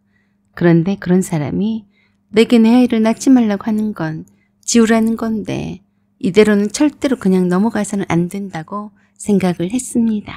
감히 내 소중하고 소중한 귀한 생명인 내 셋째 아이에게 행한 신우이의 망언은 절대로 용납할 수 없었기에 저는 신우이를 응징할 계획을 세웠습니다. 나는 신우이가 나를 만만하게 보고 내게 떠벌렸던 여러 가지 얘기들을 사실 남편이 믿지 않을까봐 직접 들려주기 위해서 의도적으로 신우이가 내게 했던 신우이의 남자관계나 유부남 모임에 초대가 되어서 그 술자리에 합석하게 된 얘기를 그대로 녹음을 해둔 게 있었어요. 그땐 별 생각 없이 그 녹음 파일들을 갖고만 있었는데 홧김에 신우이 남편에게 싹 다 보내버렸습니다. 그랬더니 제게 신우이 남편이 바로 연락을 해오더군요. 이게 뭡니까? 우리 아가씨가 자기 입으로 자랑스럽게 말한 그대로예요. 뒷조사해보시면 아가씨에 대한 실체를 금방 알게 될 거예요. 신우이가 내게 한 막말은 그 비밀의 문을 여는 열쇠가 되었습니다. 내가 신우이를 용서를 하지 않기로 마음을 먹는 이상 신우이는 이제 나락으로 떨어질 일만 남았어요. 세상에 사람 무서운 줄 모르고 내게 함부로 짓거렸던 그녀의 말과 행동은 비수가 되어 돌아가게 될 것입니다. 나는 추가적으로 나만 혼자 알고 있었던 신우이의 비밀스러운 사실을 신우이 남편에게 또 보냈습니다. 신우이가 다니는 필라테스 센터에서 들은 소문, 술집 앞에서 다른 사람들에 의해 찍힌 사진, 비공개 SNS 계정에 올라온 외간 남자와 여행을 하면서 찍은 사진들의 캡처본이었어요. 며칠 후 신우이 남편이 저에게 전화를 걸어왔습니다. 그의 목소리는 평소와는 달리 싸늘하고 무겁게 가라앉아 있었습니다. 알려주신 내용을 토대로 뒷조사를 했는데 참 충격적이었습니다. 전처와 이혼까지 해가며 미자와 결혼을 했는데 제가 바보였네요. 감사했습니다. 미자와는 이젠 끝인 것 같습니다. 뭐라 위로의 말을 건네야 할지 모르겠더라고요. 어쩌다 백녀식 게임에 넘어가서 저 자식을 버렸는지는 몰라도 신우이 이중 생활을 제대로 봤다면 결혼 생활을 유지할 수는 없을 테죠. 신우이는 평소처럼 자기 집의 현관문을 열고 집 안으로 들어섰어요. 늘 그랬듯이 고개를 높이 쳐들고 핸드백을 든 채로 들어왔습니다. 하지만 그날따라 신우이 남편은 말없이 소파에 앉아 있었는데 TV도 켜져 있지 않았습니다. 집안은 정적만 흘렀습니다. 여보, 왜 이렇게 조용해? 무슨 일 있어? 신우이 말에 신우이 남편은 천천히 고개를 들었습니다. 그리고 한 장의 사진을 테이블 위에 툭 내려놓았습니다. 호텔 로비, 신우이가 다른 남자의 팔에 안겨있는 모습. 그 다음 장은 술집 VIP 룸에서 다른 남자와 마주 앉아 서로 손을 잡고 있는 모습. 그리고 마지막 장은 미자 주상이라고 쓰인 비공개 계정 캡처 화면. 이게 뭐야? 신우이 얼굴이 하얘졌습니다. 그 순간 신우이 남편이 자리에서 천천히 일어났습니다. 이거 다 네 얘기야. 너 몇 명이랑 놀았냐? 아니 그게 아니라 이건 오해야. 그냥 친구야. 친구? 친구랑 호텔을 가고 친구랑 손을 잡고 여행을 가? 남편의 목소리는 마치 저승사자가 찾아온 것처럼 등줄기가 오싹했습니다. 그러면서 고작 한다는 말이 오빠 진정해. 내가 다 설명할게. 그런데 이거 다 어디서 났어? 그게 중요하냐? 넌 나를 네 호구 외에는 인간 대접한 적이 없었어. 맨날 잘난 척, 불만, 비아냥. 그리고 뒤에선 이 짓을 하고 있었네. 나를 뭘로 본 거야? 신우이는 눈물을 글썽이며 변명이랍시고 하는 말이 더 웃겼습니다. 나도 힘들었어. 다들 날 무시하고 애는 안 생기고 그래서 그랬어. 그래서 남자 여러 명 만나고 SNS에 여행 자랑하고 거기에다가 내가 여자로 다시 태어났다라고 썼어? 내가 그걸 다 봤어. 그 더러운 계정. 네 친구가 캡처해서 다 넘겨주더라. 사례금을 준다고 하니까 아주 정성스럽게 캡처를 해주던데. 네가 미쳤냐? 너 때문에 내가 어떤 희생을 각오를 했는데 나를 배신해? 신우이는 주저앉고 말았습니다. 돌이킬 수가 없는 빼박 증거들이었으니 더 이상 할 말이 없었던 거죠. 손으로 얼굴을 가리고 울기 시작했습니다. 하지만 신우이 남편은 냉정했어요. 이제 난 너한테 연민도 없고 애정도 없어. 이건 단순한 배신이 아니라 인격살인이야. 오늘부로 끝이다. 그는 방으로 들어가 이미 준비된 이혼 서류를 들고 나왔습니다. 도장 찍어. 그리고 이 집에서 당장 나가. 그제서야 신우이가 신우이 남편 앞에 무릎을 꿇고 두 손을 싹싹 빌었습니다. 오빠, 내가 실수한 거야. 한 번만 용서해줘. 하지만 신우이 남편은 단호하게 말했어요. 도장 찍어. 빨리. 그리고 또 신우이에게 끔찍한 말을 했습니다. 내가 미리 캐리어를 준비를 해놨으니까 네 물건 다 챙겨서 당장에 나가. 그 말에 신우이는 주저앉아 울었습니다. 여전히 싸늘한 눈빛의 신우이 남편. 얼마나 겁이 났는지 손에 들린 핸드백이 덜덜 떨렸습니다. 네 몸에 걸친 거 모두 다 내 돈으로 산 거야. 싹 다 내놓고 이 추리닝만 입고 떠나. 명품 백과 내가 준 다이아 반지 액세서리 몽땅 여기에 두고 떠나. 오빠, 제발 그러지 마. 이건 내 거야. 오빠가 준 거잖아. 신우이 남편의 눈빛이 차갑게 식었습니다. 아니, 그건 내 아내였던 사람한테 준 거지. 지금 넌 그냥 쓰레기야. 그리고 그는 신우이 앞으로 걸어가 손가락에서 반지를 직접 빼앗았습니다. 신우이가 정하려 하자 손목을 잡고 냉정하게 밀어내버렸어요. 그 반지 내가 산 거지? 지금 네 손에 낄 자격 없어. 내려놔. 신우이는 움찔했습니다. 반지를 꼭 쥐고 고개를 저었어요. 신우이의 자랑거리였거든요. 신우이 남편이 강제로 뺏었어요. 그리고 또 기막힌 말을 했습니다. 신발장에 있는 거 아무것도 건드지 말고 맨발로 떠나. 꼴도 보기 싫으니까 더 깔짝대지 마. 다음은 목에 건 그거야. 신우이는 본능적으로 목걸이를 움켜쥐었습니다. 18K 금 체인에 큐빅이 박힌 고급 브랜드 목걸이. 남편은 그 손을 툭 치며 말했어요. 나랑 여행 갔던 날 사준 거 기억나? 근데 그날 밤 넌 다른 놈이랑 메시지 주고받고 있었더라. 목걸이도 벗겨졌습니다. 지갑도 내놔. 뭐? 신우이는 사색이 되었어요. 몸에 걸친 거의 모든 것, 즉 돈이 될 만한 것은 몽땅 뺏겼습니다. 네가 입던 속옷이랑 화장품만 챙겨가. 그 외엔 다른 건 손도 대지 마. 신우이 남편이 캐리어 가방에다 아무렇게나 신우이의 속옷과 물건들을 다 처박았어요. 신우이가 쓰던 칫솔, 비누, 화장대에 있던 여러 물건들을 쓰레기 치우듯이 캐리어에다 쏟아부었습니다. 신우이의 속옷도 몇 개만 챙겨서 쑤서 박았고요. 오빠 미쳤어? 그래, 나 미쳤다. 라고 하면서 10,000원짜리 한 장만 신우이에게 던져줬어요. 이게 뭐하는 짓이야? 내가 너한테 주는 마지막 선물이야. 그거 먹고 당장에 떨어져. 너는 이제 거지야. 당장에 꺼져. 신우이는 할 수 없이 맨발로 현관을 나섰고 그 오밤중에 신우이 남편에 의해 쫓겨났습니다. 비가 내리기 시작했고 그녀의 머리칼은 축축히 젖었어요. 그녀의 손에 들린 건 10,000원짜리 한 장과 캐리어 가방과 대충 담은 비닐봉다리 뿐이었습니다. 그날 이후 신우이 남편은 그녀와의 연락을 완전히 끊고 법적으로도 모든 재산 분할을 막았습니다. 신우이 남편의 냉정함은 무서우리만치 단호했습니다. 산 거지도 그런 거짓골은 아닐 거예요. 갈 곳이 어디겠어요? 친정집뿐이었습니다. 그날은 하필 비오는 저녁이었어요. 굵은 빗방울이 후두둑거리는 소리에 평소엔 조용했던 시댁마당이 웬일인지 어수선했습니다. 기다리고 기다리던 신우이의 귀환이었어요. 어떤 몰골로 찾아올지 참 궁금하더라고요. 뭐야? 나는 창문을 열고 고개를 내밀었어요. 시댁집 문 앞에 택시 한 대가 서 있었고 신우이가 내리고 있는 것을 봤습니다. 신발도 없이 맨발이었어요.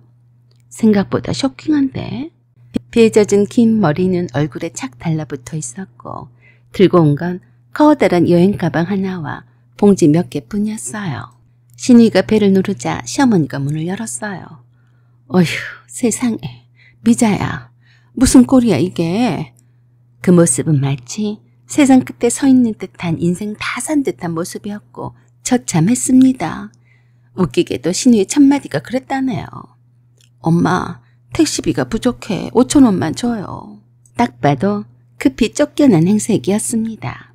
시어머니는 기가 막힌 신우의 행색에 드디어 올 것이 왔구나 싶어 가슴이 철렁 내려앉았습니다. 신우이가 신우이 남편의 가정을 파탄을 시키고 결혼을 하겠다고 할 때도 그렇게 불안하고 얼마나 이 결혼이 오래 갈 수 있을까 하고 의문을 가졌었다고 했습니다.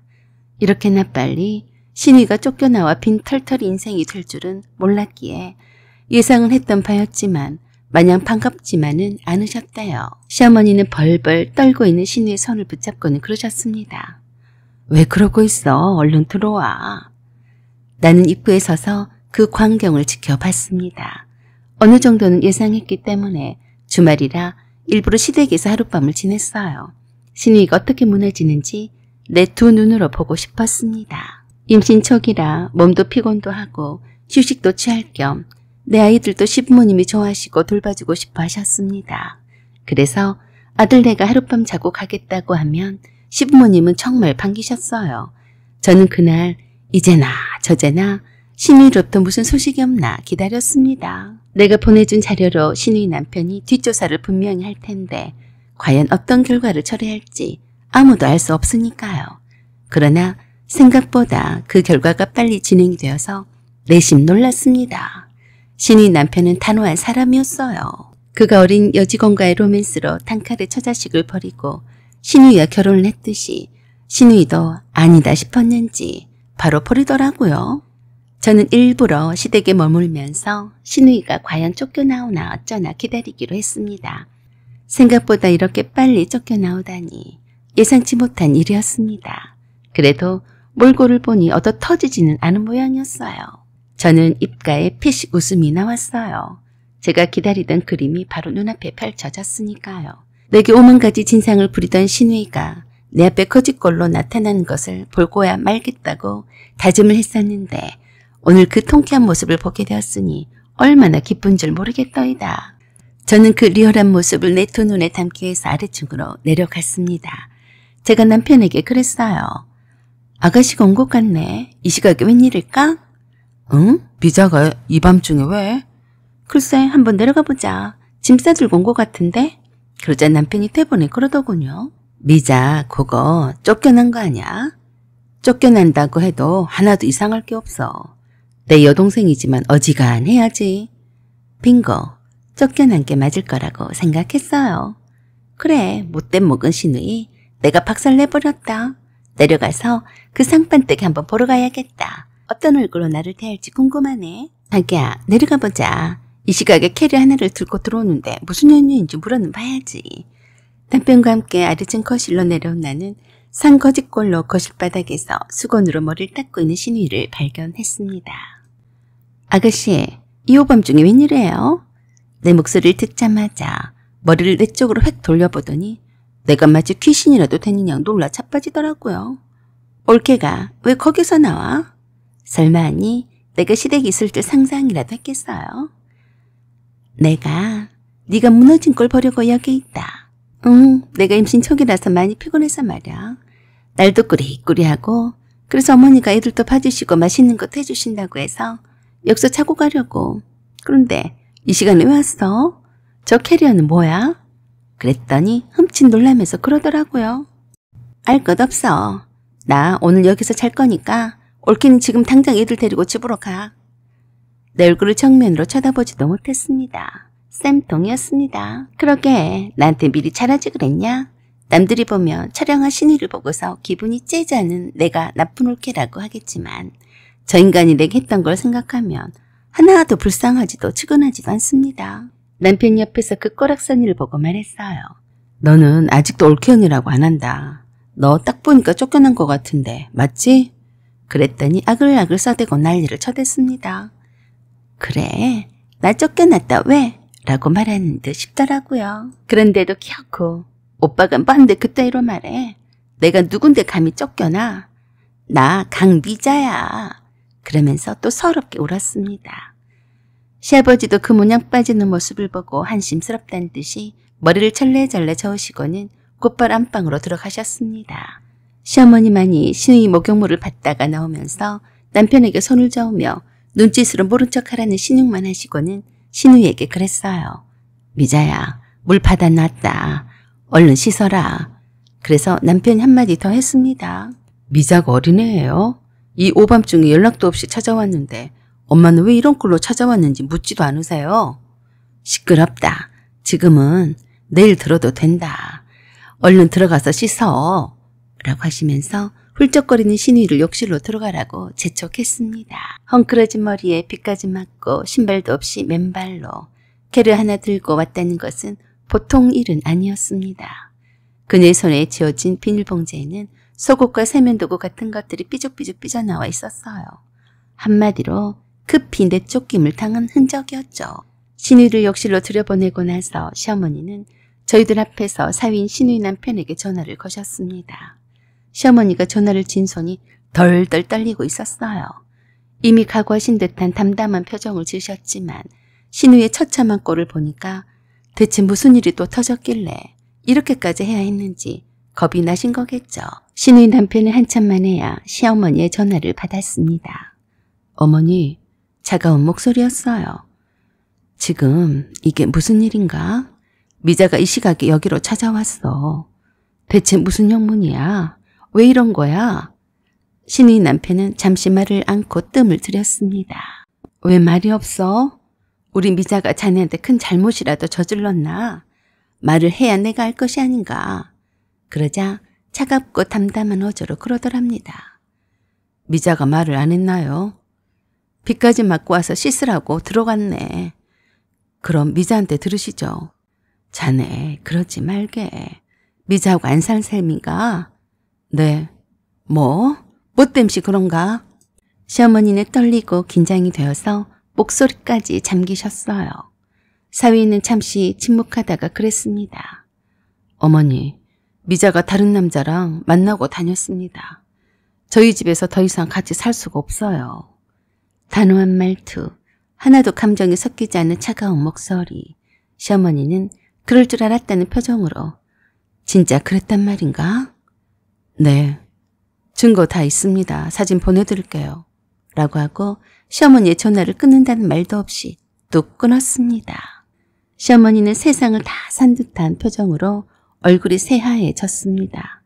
저랑 남편 그 모습을 지켜보고 깜짝 놀랐어요. 시어머니가 무척 걱정이 되더라고요.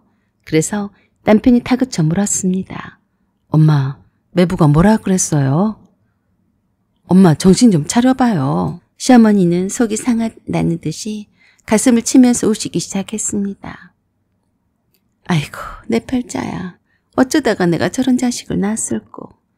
나는 생전에 저래본 적이 없었는데 왜 저런 돌연변이가 나와서 아이고 내 팔자야. 내가 빨리 죽어야지. 이 꼴조꼴 안 보고 살지. 어떻게 하면 좋아? 어머니 진정하세요. 왜 그러신데요? 엄마 말 좀 해봐. 매부가 뭐라고 했길래 그래. 그러자 띠리링 하며 문자가 날라왔습니다. 시어머니와 남편 그리고 시아버지께 날아든 문자였는데요. 신우이 남편이 보낸 거였습니다. 거기에는 신우이가 외간 남자와 함께 있는 사진들이었는데요. 시어머니와 시아버지와 남편의 휴대폰으로 마구마구 보내왔습니다. 그중에는 제가 알고 있는 사진도 있었고 모르고 있는 사진도 있었는데 놀랄 놀자였습니다. 뭐야? 한둘이 아니잖아. 이 정도면 쫓겨날 만도 하죠. 그래도 신우이 남편이 신사라서 신우이를 온전한 상태로 쫓아낸 것을 감사하게 생각해야 할 정도였습니다. 눈탱이가 밤탱이가 되게 해서 쫓아내도 아무도 뭐라 못할 것을 쥐어박힌 흔적도 없었으니 신우이 남편도 자존심 한번 대단하다고 생각했습니다. 안방에 계시던 시아버지가 신우이 남편한테서 보내온 그 적나라한 사진들을 열어보시고는 열불이 나서 거실로 나와서 그러셨습니다. 미작, 이 시벌건 어디로 갔냐? 이게 도대체 지금 몇 번째요? 다리 몽둥이를 분질러 놔야 쓰겄다. 시어머니는 거실 바닥에 주저앉아서 망연자실한 표정으로 넋이 나가 있었어요. 그런 시어머니를 제가 위로한답시고 그랬습니다. 어머니 진정하세요. 아가씨 말도 들어봐야죠. 그러자 화딱지가 난 시아버지가 그러셨어요. 들어볼 것도 말 것도 없다. 당장에 쫓아내라. 이것이 친정이라고 돌아갈 곳이 있으니까 저렇게 배짱 튀기고 바람 피고 다녔던 거요. 이제 나도 지쳤다. 어디 가서 빨리 쫓아내. 얼마나 뿔따구가 나셨는지 밤중인데도 소리를 고래고래 지르셨어요. 남편도 별반 다르지 않았습니다. 엄매 나 뜨거워. 저걸 어째? 이런 소란스러움을 신우이는 알았는 듯 욕실에서 샤워를 마친 후에도 나오지도 못하고 벌벌 떨고 있었어요. 이제 시부모님도 예전에 시부모님이 아니셨거든요. 거실에서 시아버지가 신우이를 당장에 쫓아내라고 하셨는데 신우이가 욕실에서 그걸 못 들었을 리가 없었어요. 그래서 그런지 욕실 안에서도 끽소리도 않고 죽은 듯이 있더라고요. 시아버지는 분을 못 참고 거실에 있던 신우이의 캐리어와 비닐봉다리를 들어서 비가 내린 바깥으로 내던졌습니다. 남편도 씩씩거리며 신우이를 가만두지 않겠다는 표정으로 시아버지와 함께 열이 받아 있었어요. 두 남자분이 열내고 다니니까 집안 분위기가 험악하기가 이를 데 없었어요. 우리 두 아이들이 자다가 깨서 경기를 일으킬 정도였으니까요. 신우이 너 오늘 네 제삿날이 맞는 것 같다. 어쩌냐? 신우이는 모름지기 욕실에서 그 소란스러움을 다 들으면서 오들오들 떨고 있을 게 분명했습니다. 그랬으니 신우이가 욕실에서 쉽사리 나올 수 있었겠어요.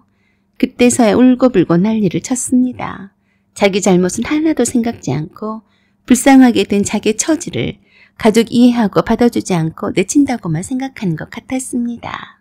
한참의 시간이 흘러도 욕실 밖으로 나오지 않자 시아버지가 더 화가 머리 끝까지 치솟아서 그랬어요. 미자, 너 빨리 안 나오냐? 너는 이제 내 딸이 아니여. 안 나오면 문을 부숴버리라니까. 얼른 나와서 내 집에서 나가거라. 그러자 신우이가 욕실 안 문고리를 부여잡고 울면서 그랬어요. 아버지, 내 발로 집에서 나갈 테니까 방에서 들어가요. 내가 집에서 나간다고요. 아버지가 그러고 있으면 무서워서 내가 어떻게 나가. 나가서 네 하고 싶은 대로 하고 살아. 대신에 절대로 네 면상은 보이지 말아라. 알았냐? 내가 죽으면 죽었지 이제 네 꼴은 더 이상 안 보고 살란다. 그러시면서 큰 소리로 엄중하게 시어머니한테도 그러셨습니다. 당신도 새겨들어. 매번 이런 일이 있을 때마다 받아주고 또 받아주고 하니까 이 사단이 반복되는 거요. 이젠 우리한테 딸은 없다 손쳐. 알았어? 절대 받아주면 안 돼. 나가서 뒤지든지 살든지 냅둬. 경찰서에서 연락이 와도 내 딸이 아니니까 갈 생각도 하지 마. 알아들었어? 왜 대답을 안 해? 내 눈에 흙이 들어가기 전까지는 더 이상 저녁꼴을 못 보겠어. 그리고 민수야, 너는 저것이 또 몰래 도둑고양이처럼 집에 숨어서 들어오는지 잘 지켜봐라. 시아버지가 엄청 화를 많이 내셨습니다. 저도 뜻밖이었어요. 저렇게 화를 많이 내는 모습은 처음이어서 나도 모르게 두 손을 가지런히 모으고 내가 죄인도 아닌데 죄인 마냥 고개를 숙이고 쥐죽은 듯이 시아버지의 말씀만 듣고 있었어요. 한참 뒤에야 시어머니가 시아버지에게 그랬습니다. 알았으니까 여보 방에 들어가 있어요. 내가 타일러서 내보낼 테니까. 남편에게도 그러셨어요. 민수야, 너도 어여 2층으로 올라가라. 그러자 시아버지가 더 큰 소리로 욕실 문 앞에서 그러셨습니다. 이 집에서 나가는가 안 나가는가 내 이 두 눈으로 똑똑히 볼 것이요. 미자, 이 요망한 것아, 너 새겨들어라. 네가 오늘 이 집에서 안 나가고 버티면 나한테 뒤질 줄 알아. 내가 오늘 너를 어떻게 할지 나도 몰라. 내가 너 때문에 우세를 산 것이 이것이 몇 번째요. 넌 이제 내 딸이 아니니까 이 집에 발 들여놓을 생각이랑 마라. 내 눈에 띄면 그날 네 제삿날이여. 알겠냐? 길 가다 만나더라도 아는 척도 말고 어디 가서 우리 집안 식구라고 티도 내지 말어. 알겠어? 그렇게 고상하고 점잖으시던 시아버지께서 얼마나 화가 났으면 그러셨을까요? 그냥 한번 홧김해본 말씀이 아닌 것 같았습니다.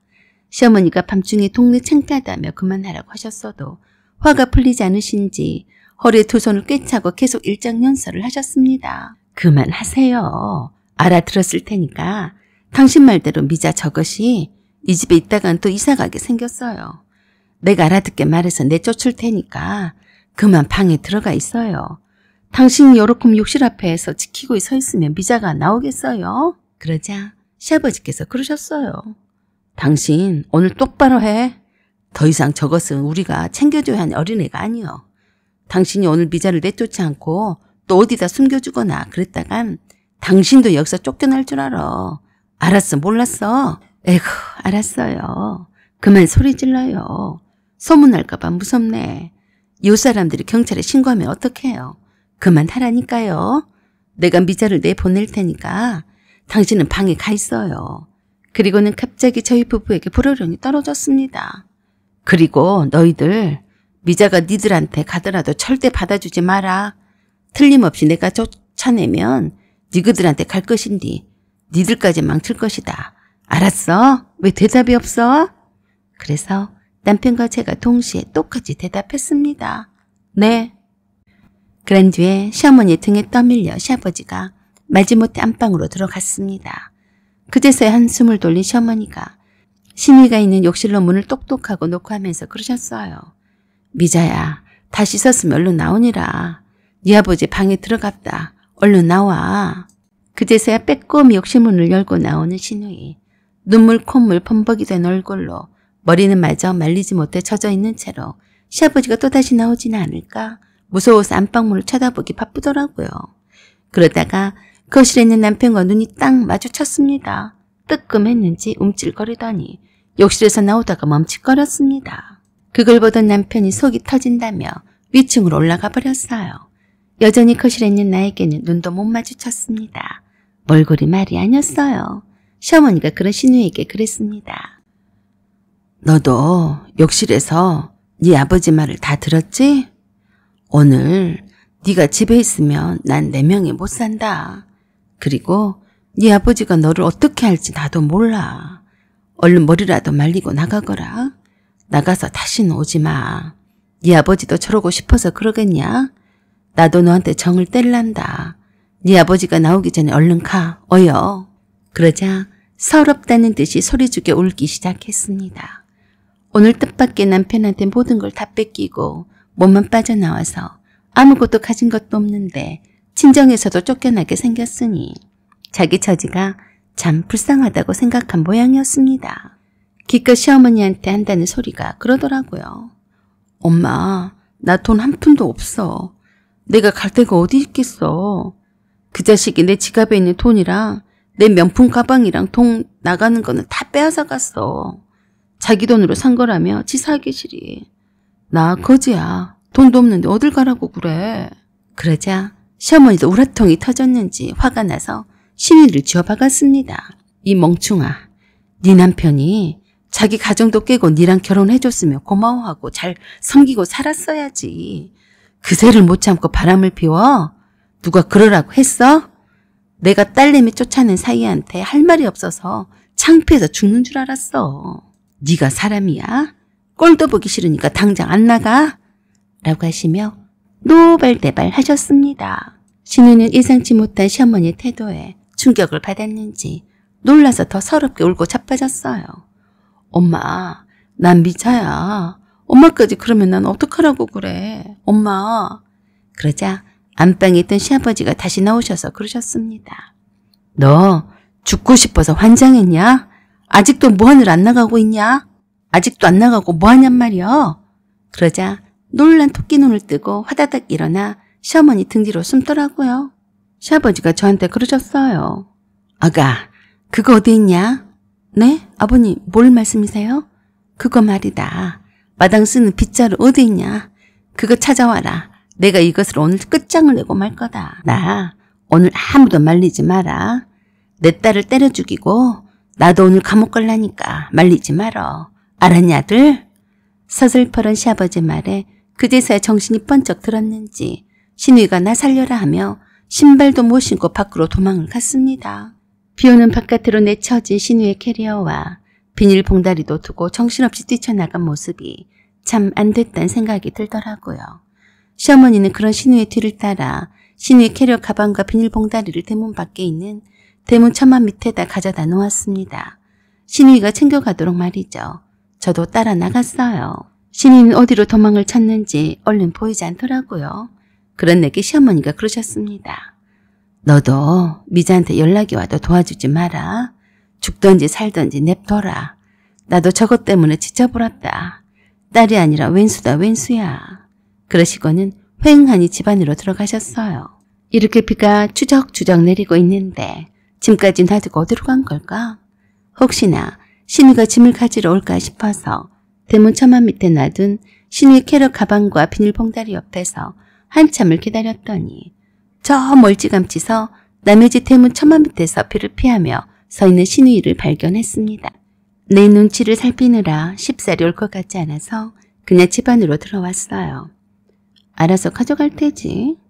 그런 뒤에 신우이가 대문 천막 밑에 있는 신우이 짐을 가져가나 안 가져가나 지켜봤어요. 한참 뒤에 집 앞에 아무것도 없는 것을 확인한 신우이가 비를 맞으며 캐리어 가방과 비닐봉다리를 들고 비를 맞아가며 어디론가 가더라고요.